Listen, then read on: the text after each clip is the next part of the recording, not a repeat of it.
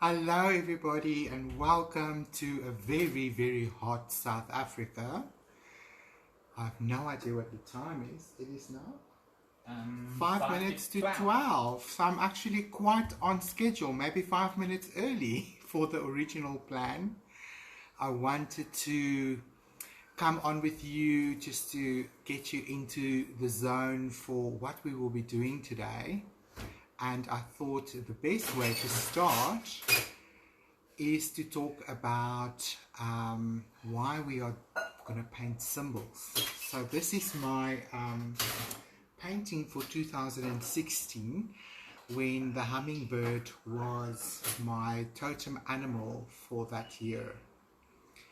And it was quite an elaborate painting.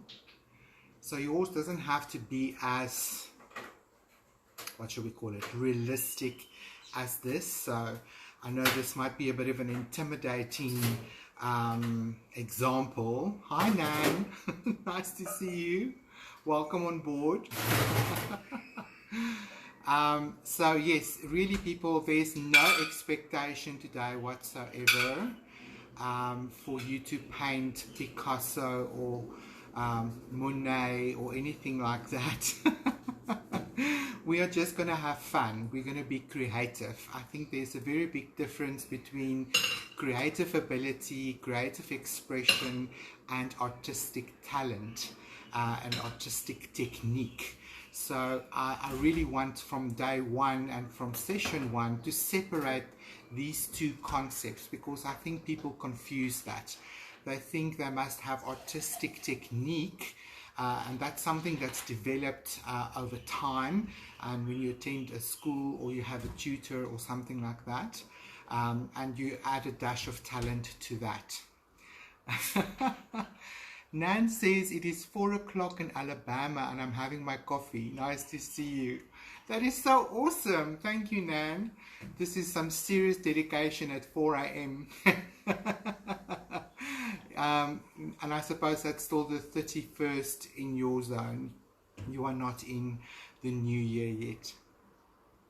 So anyway, I wanted to talk about a little bit of symbolism and why symbolism is so powerful, and why symbolism is more profound, and a creative process in painting a symbol is more profound and more powerful than setting a New Year's resolution. New Year's resolutions is so old school. It is outdated. It doesn't work. It is the least empowered intention type of setting thing ever. I don't know why we ever bothered to do that or where it comes from, because it's a total left brain idea. So you come to the end of a year and you sort of look at it in retrospect, maybe with a glass of some liquor, and you feel sorry for yourself and you think, oh, this was a disaster and it was hard and it was difficult, and you might even contemplate everything that's gone wrong. And then the left brain wants to activate and say, okay, how am I going to change things? I'm setting New Year's resolutions. I'm going to lose weight. I'm going to, hi Eileen, nice to see you. Welcome on board. I'm going to save money. I'm going to go on more holidays. I'm going to work harder, whatever the case may be. I know a lot of people, especially women, tend to say, I'm going to lose 10 kilograms, I'm going to go to the gym, I'm going to have a six-pack by the 14th of February for Valentine's night. You know, silly things like that. That's all ego-based, all personality-based. And we all know what happens is by the 10th of January, that's all out of the game, because we are back at work, we're back in our routine. And this is what happens. Our habits take over and our routine takes over, and we're right back to jumping onto that hamster wheel, going round and round, round and round. And we tend to not change our habits, we tend to not change our lifestyle, we tend to not change the way that we go about things. So what happens with New Year's resolutions is they just disappear like, you know, a great idea that you had around a glass of champagne on New Year's Eve. And by winter or by mid-year, you know, that's all forgotten. Nothing is done about it. And at the end of the following year, what happens is we come to this realization that we've done exactly the same things as we've always done before. And we call that a new year. So this is the danger that we can fall in as beautiful human beings, is that we tend to repeat the same patterns unless we bring awareness into the mix and we become aware of you know, the things that we want to change. First we want to know what we want, and then we have to figure out how we're going to get there. And then we need to change our behavior. We need to change how we act. We need to change what we do on a daily basis. And we literally have to schedule these changes that we want to make into our life in bite-sized chunks. And hopefully today, as we explore this idea at the canvas, that aha moment will click in place for you when you realize that change happens in small little steps. And when you take small little steps that you can tick the box and say, okay, this one is done, this one is done, the next one is done. That is how you make progress. And by mid-year, you should already have some progress towards your goals, your intentions, and what you want to make happen in your life. Because these things don't just happen all on its own by wishful thinking on New Year's Eve, right? Okay, so I wanted to just jump in a little bit into the power of symbolism. And for some people, symbolism might be a scary idea, something that they haven't explored before. And for other people, it's a very familiar thing. But let's take it into our modern world. We all know how powerful a symbol can be. Let's think about a stop sign. A stop sign is a symbol. And that symbol is so ingrained in our behavior that when you approach the symbol while you're driving, you bring your vehicle to a stop, right? Well, that's the whole idea. So symbols really is all over the planet. It is part of our culture. Some of them are ancient symbols. Some of them are more modern symbols. A modern symbol, for example, could be the little triangle on this video that you play. And that little triangle means to play. And we all know that. But if you show that symbol to somebody, you know, that's post-technology, they wouldn't know what that triangle means, right? So this is how symbolism works. The meaning behind the symbol can be a personal meaning, or it can be a collective meaning. So some of the symbols that's ancient might have lost some of its power because we no longer ascribe to them, we don't use them, we don't see them. And some symbols are current symbols, that's new, that's powerful, we know exactly what they mean, and we can ascribe meaning to it, and we can use it and react to it and respond to it and use it appropriately. So choosing a symbol for yourself for 2021 can be a very empowering thing. And you can do a lot of research, go into your Google search engine, for example, and type in hummingbird, and what's the spiritual meaning, what is the totem animal message of a hummingbird, just as an example. And you will be amazed at the amount of information that Google will bring to you, and you can dive right into that rabbit hole. But here's what I want to add to that. It doesn't matter how much information comes to you from the outside. What is more important is what is meaningful for you, because this is supposed to be your symbol for 2021. So be very intuitive when you sort of sift through the information that you get out of your research, and the things that you resonate with, the things that jump out at you, jot that down, write that in your art journal, because that is the essence of the symbol that you will be painting and capturing at your canvas for yourself for 2021. So really, in effect, by the end of today, as we move into the new new year of 2021, you will be creating your own stop sign or your own whatever symbol, that every time you look at it, and you will place this at a spot in your home where you can look at it or be reminded constantly throughout 2021 of what it is exactly that your intentions was. The essence of what you want to experience is captured in a beautiful image, and then that becomes a powerful amulet that you have in your home, in your office, in your studio, wherever you spend some time. So throughout the year, as you look at this beautiful painting that you will create today, you are reminded, number one, that you did something new that you haven't done before, or if you've done this before, you will know how powerful it is. But the point being that this beautiful symbol is a reminder of your intentions that you will be setting today. It's literally planting seeds. So I would love to hear what you think about symbolism. Do you already have your symbol for 2021? Really, it doesn't have to be just one symbol. It can be more than one, and usually they are either supporting each other. So another question members of the group asked me was, how do I get my symbol for 2021?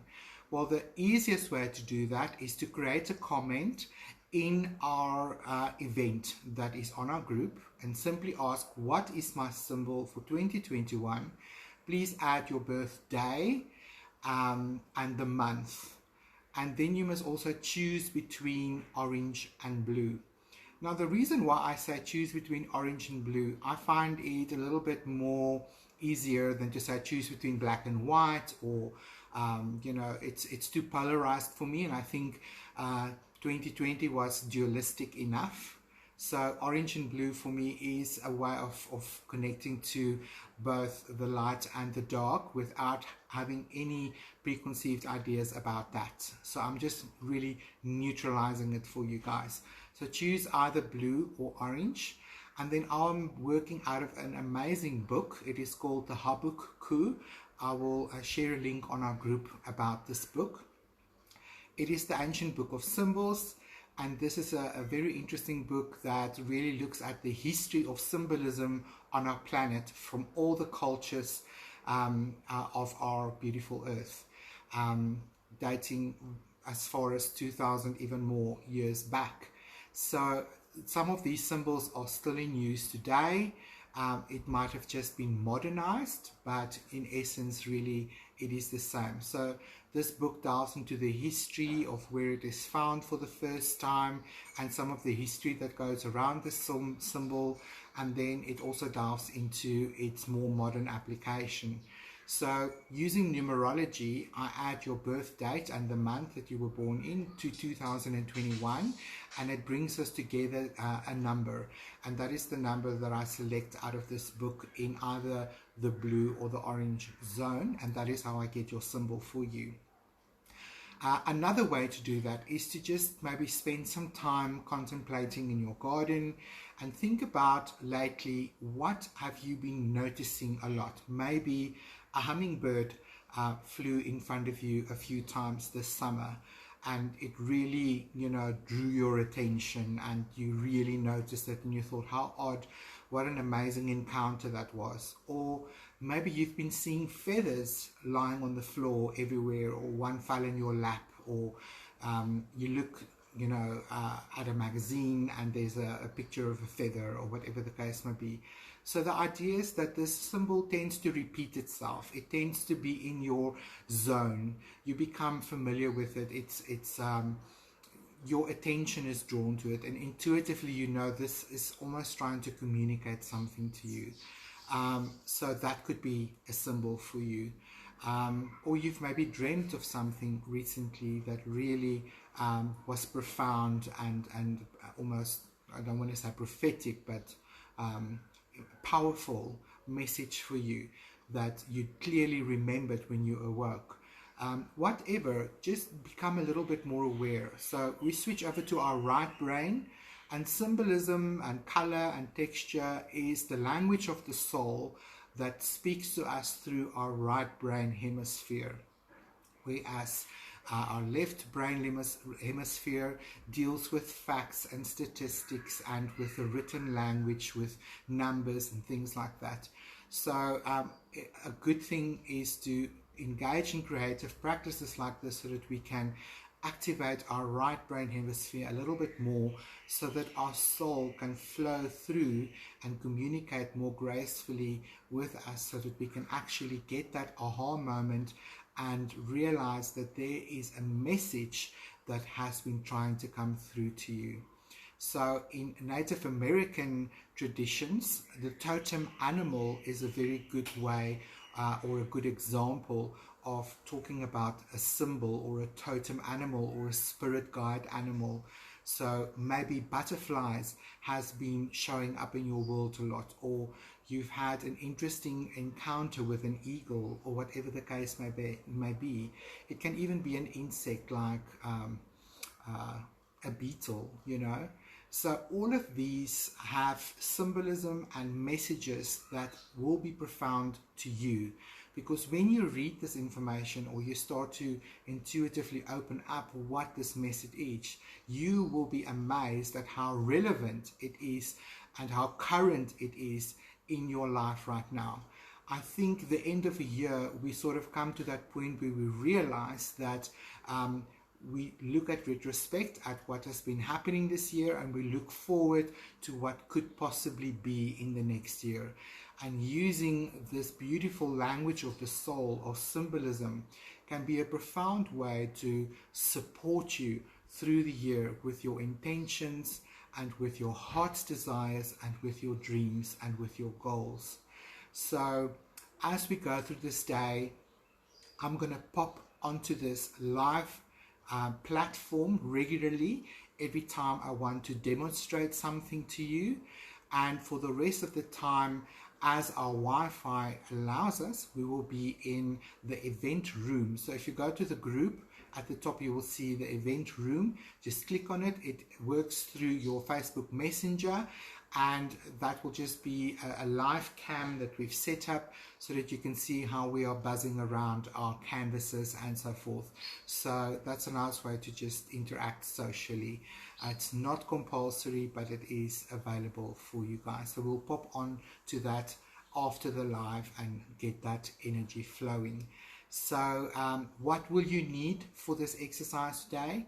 You will need a canvas. It can be as small as 20 centimeters by 20 centimeters, or it can be as large as this one behind me. It's really up to you. You will need a set of acrylic paint, or you can also work in your art journal with markers, with crayons, with oil pastels.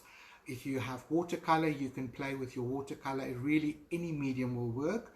But if you want to do a painting like we will do today, you will need a basic set of acrylic paints and some brushes and some water. And if you've already asked me for your symbol, it's in the group, in the comments. I've loaded it up for you.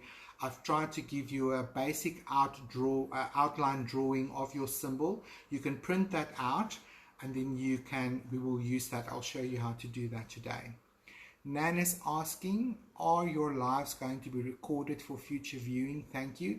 Yes, Nan, I'm going to be recording it and posting it. Facebook, however, is asking me how long do I want this to be available. I will see if there's an option for permanent, but at this stage I see 30 days.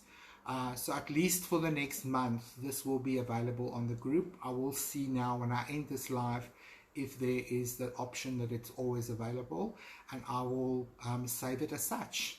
So if there's any other questions, please ask the questions below this live, or also in our event group, so that I can keep track of any questions that is coming in, and I will try and answer you in between my painting. So it's a pleasure, Nan. What's going to happen now is I'm going to be basically whitewashing this beautiful hummingbird. This is my canvas for creating my symbol for the year. So people are saying, no, you can't, it's such an amazing painting. Yes, it is beautiful, it is absolutely stunning, but it's also a way of letting go of the past year, And like I said, this was for 2016. My other one is hanging above my bed. It's a peacock. I'll take a photo and share it. So I sort of alternate between the two. Last year I did a watercolor of my scarab beetle that's on the wall there. So I feel this is a good thing to dive right back into this beautiful canvas. I'm gonna prime it, and then with our next live that I will do, let's say around 1 o'clock South African Standard Time, I will show you guys how to get started with the first layer of our painting. So I'm looking forward to seeing you guys then, and happy painting. See you guys just now. Bye.